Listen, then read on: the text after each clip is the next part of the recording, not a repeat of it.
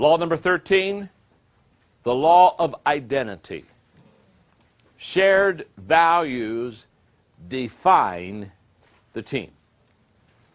Let me give you the difference between a personal value and an organization value. A personal value is something that influences and guides my behavior. In other words, there are certain values that I have in my personal life that those values influence me and guide me. They determine what kind of decisions I make. They determine what kind of behavior I have. They're values. They're personal values. They influence, they guide my personal life and behavior.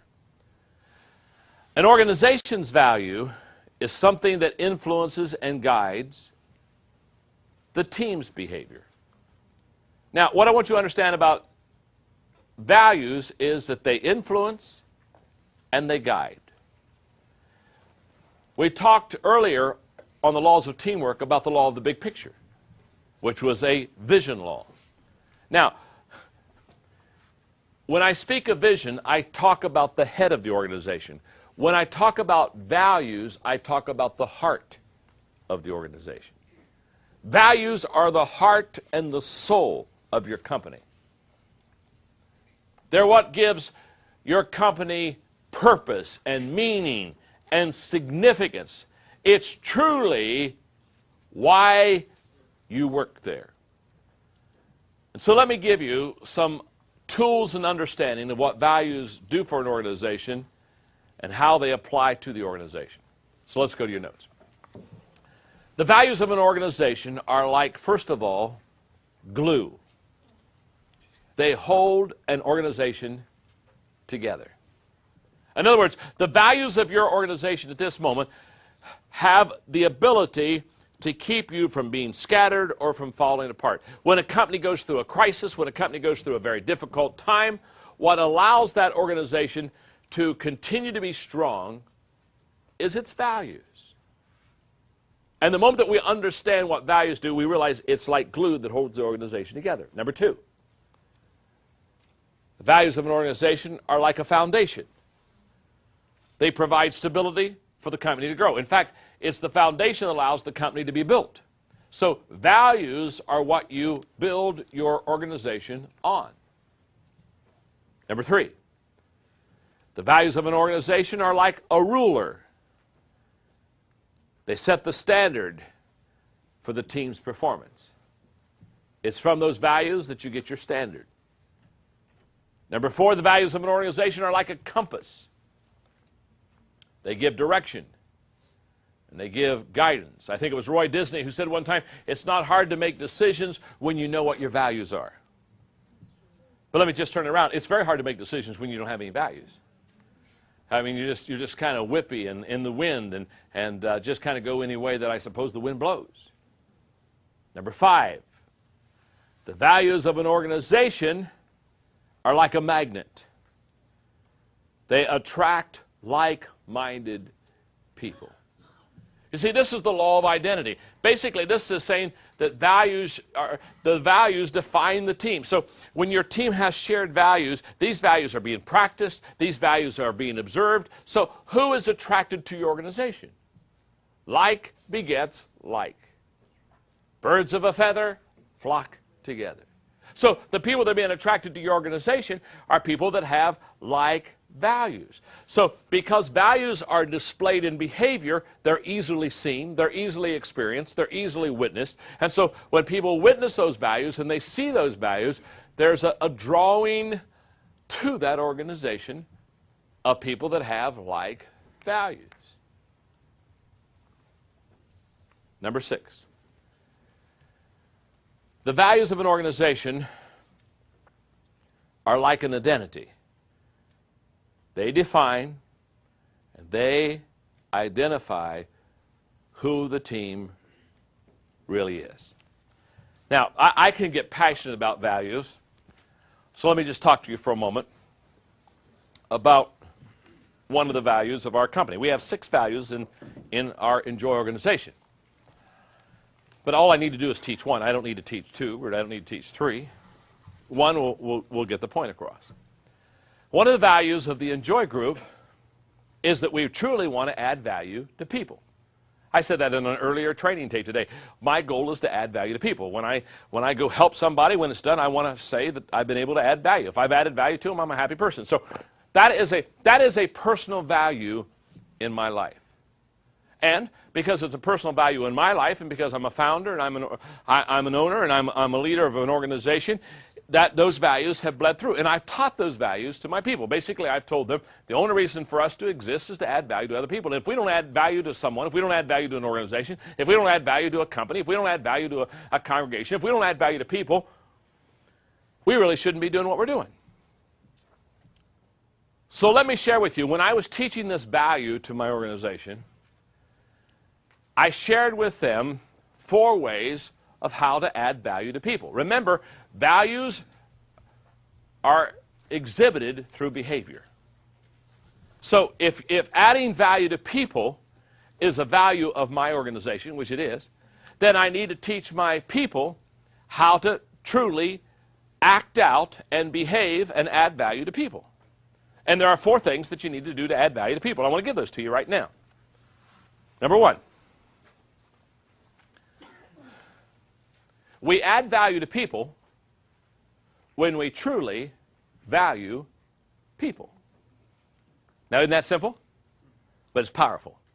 Don't miss the statement. We add value to people when we truly value people. What I'm saying is this. If you or I don't truly value people, we truly won't add value to them. Can I tell you what happens when you don't value people? You take advantage of them. You use them for your means. You get all your motives impure in the process. You begin to manipulate. You begin to get into politics. You begin to play games with people. Your agenda gets real fuzzy. You see, you have to truly value people. If you don't truly value people, okay. You may add value to a person in an event or in a moment. But I'm not talking about events and moments. I'm talking about a lifestyle. I'm talking about my goal is to add value to Ron not only today, but tomorrow and next month and next year. And the only way that I can ever do that is if I truly value him as a person. Not value what he can do for me, not value what he's doing for his company, but just truly value him, period. Now, I'm going to give you the acid test to help you know if you truly value people. It's a very simple test. Don't answer it by any visible signs. Just go inside. It's easy, simple. It's a yes or a no. Here's the question.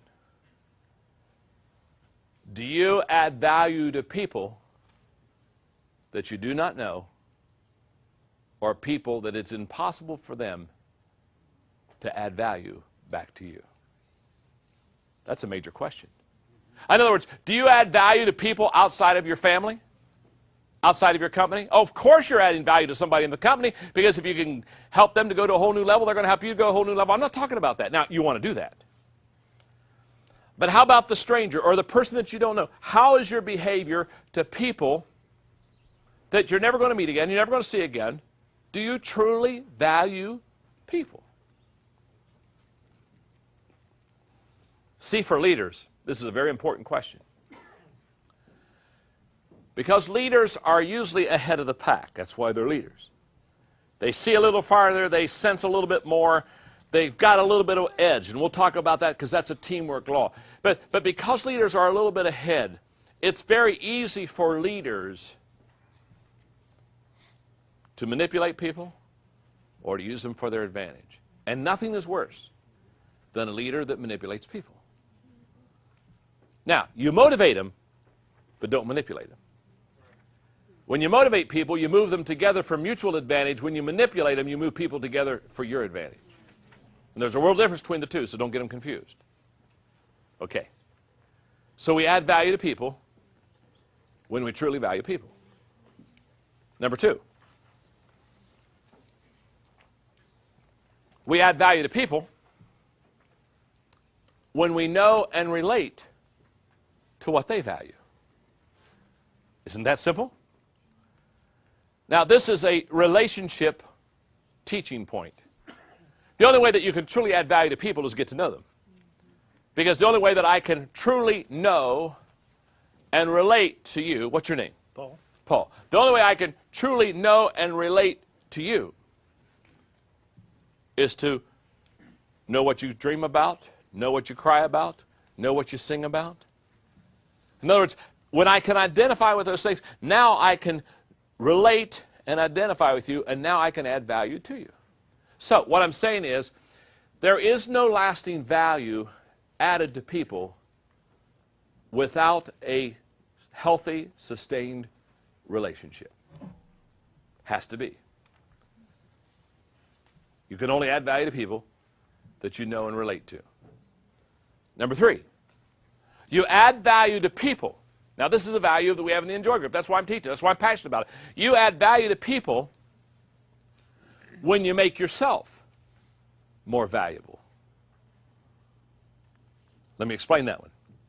You add value to people when you make yourself more valuable.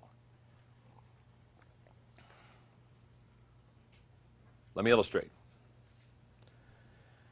The only way that I can increasingly add value to you is by increasingly improving myself. Now, I asked earlier, how many of you read the 21 Irrefutable Laws of Leadership? Okay, now. How many of you are going to read the 17 Laws of Teamwork? Now, let me tell you something. Thank you very much. My wife and kids will be happy. Now, let me tell you something about whatever books you read, whatever tapes you listen to, whatever conferences you attend. The only way I can continually add value to you is to continue to grow. Think about this. I have to make myself more valuable because that's the only way that I can continually add value to you. In other words, you're loving this conference and I'm enjoying teaching it, but can I tell you something? You don't want to come back tomorrow and hear the same stuff again. Been there, done that. So you're going to enjoy the teamwork book. But can I tell you something about the teamwork book? Once it's done, you don't want to buy another one. You don't want to say, boy, that was so good, I think I'll buy another one just like it. Not for yourself. You see, the only way that I can continually add value to you is make myself more valuable. So when I was spending some time last summer with New York publishers who were working on my next book, and I was trying to decide which publisher I would go with. As I sat in my hotel in New York City, knowing I was going to see 4 major publishers the next morning, or the next day, I'm sitting there and I'm asking myself the question, what's the question they're going to ask me? And the question I thought a publisher would ask me was, if I was sitting down interviewing me about maybe publishing a Maxwell book, was, you've already written about 20 books. So I've got a question for you. Do you have any more books in you? Isn't that a good question? Or are you running out of gas? Are we getting an empty tank?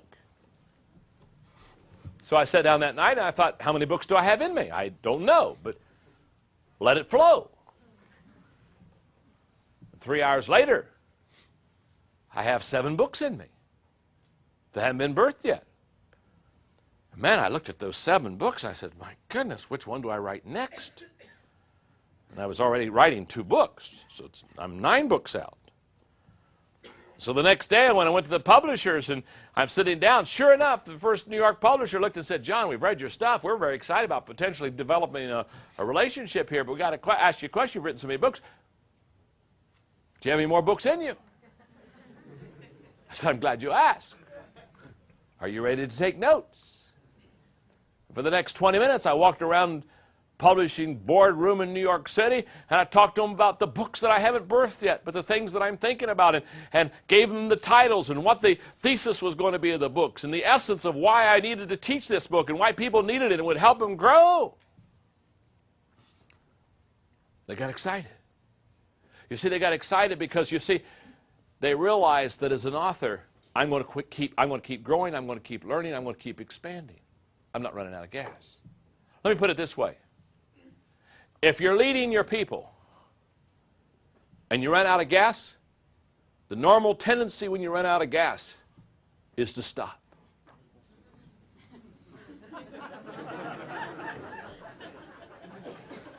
Can you handle me intellectually? Brilliance just keeps oozing out. So here's the way this works. I'm leading my organization, and all of a sudden I run out of gas. I'm no longer leading my organization. I know all kinds of people in companies. They still have the position of a leader, but they quit leading a long time ago.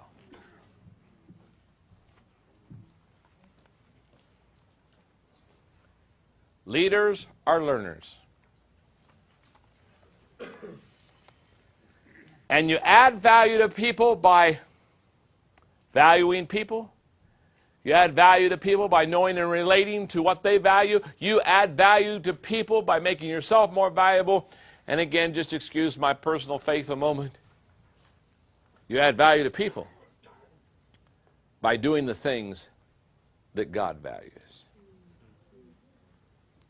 I believe that's the only thing that's eternal. I believe everything else is wood, hay, and stubble. So last week I was in the Caribbean with Todd Duncan, who is a major teacher, trainer, leadership development for people that are mortgage professionals, and he had 75 presidents of companies in a room, and I spent a day with them.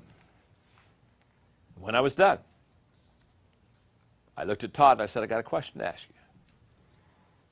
Did I add value? Was it worth the expense? Todd gave me a big old grin. He's a big guy, tall guy, gave me a big hug and said, John, you have no idea what you've done for us. Okay, I can get on a plane. I can go home. I'm happy. I added value to people. It's a value in my life. I encourage you, as a team member, as a team, get together, sit together, and begin to outline what your personal values are and what your team values are. And listen to me very carefully. The only way that you can be successful on your team is when your personal values match the team values. When your personal values are out of whack with the team values, you may be on the team, but you won't be effective.